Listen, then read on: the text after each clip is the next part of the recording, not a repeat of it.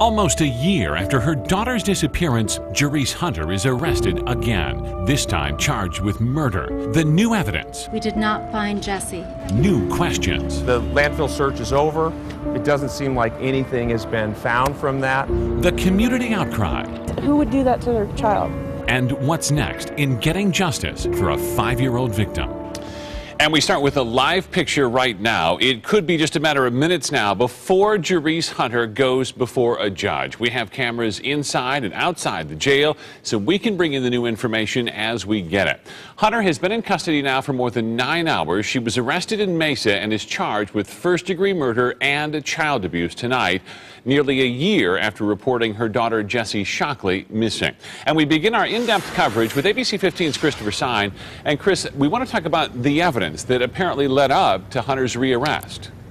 Well, Steve, it's really a collection of evidence, of circumstantial evidence, including interviews from Hunter's own family members and FBI analysis. Now, Hunter's first appearance before a judge is expected to begin in about 48 minutes from now. At that time, she'll hear the formal charges against her, and we could hear new details on what exactly led to her arrest.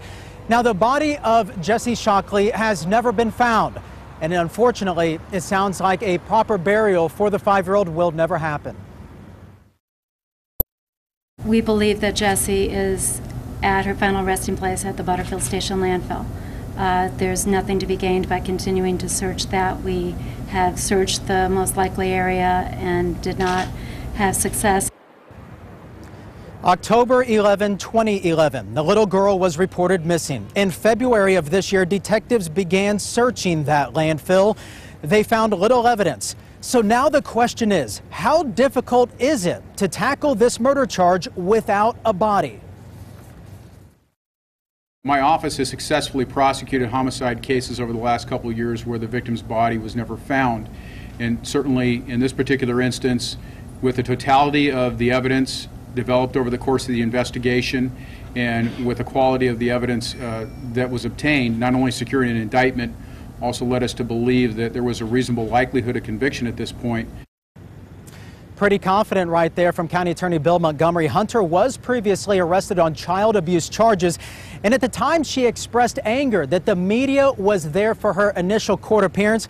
So Steve, it's going to be really interesting to see if indeed she has anything to say tonight at her initial appearance. She has certainly been vocal before. Thanks so much, Chris. Right. New at 10, we are hearing from Hunter's attorney. He claims she wants to find Jhessye just like the rest of us. He calls the indictment premature and isn't exactly sure why it's coming now.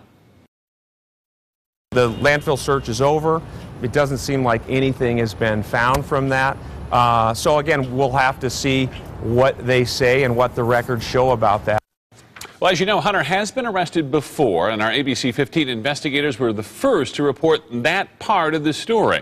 Here's her old mugshot from back in November. Her child abuse charge was dropped because prosecutors were worried about a double jeopardy situation, and they didn't want that to get in the way of a potential murder charge. At this point, it's looking like the right move in light of what is developing tonight.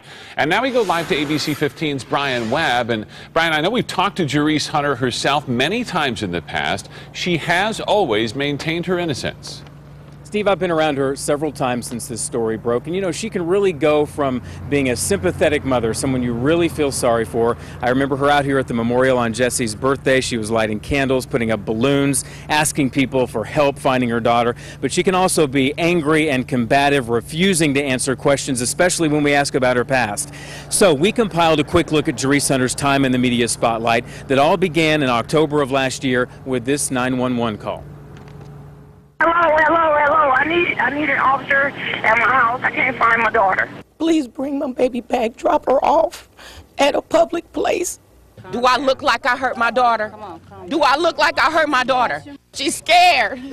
She's scared. Please, I know she's scared. Don't ask me about my past. You already know. You already know. You know what lies are lies. Jerice Hunter lived in the apartment down the street from where I am. Police believe that is where she killed her daughter, Steve. As of now, they say they have no plans to go back in that apartment to help with their case. Yeah, certainly a lot of neighbors still shaken up by this. Thank you so much, Brian.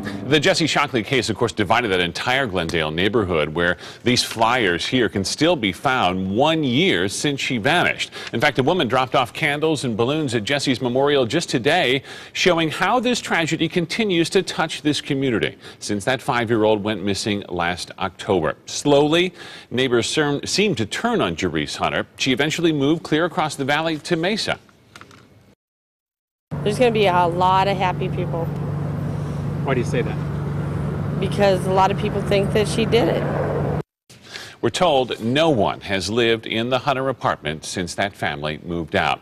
And one more live look for you now from the 4th Avenue jail. And again, we expect Jerice Hunter to face a judge for the first time at about 11 o'clock tonight. And stay with ABC 15 and ABC15.com. You can also count on live coverage when you wake up on ABC 15 mornings, all starting at 4:30. Now to our weather alert. The sky's still lighting up tonight, and we're tracking more chances for storms just as the dust clears out from the last one. We've had 16 massive haboobs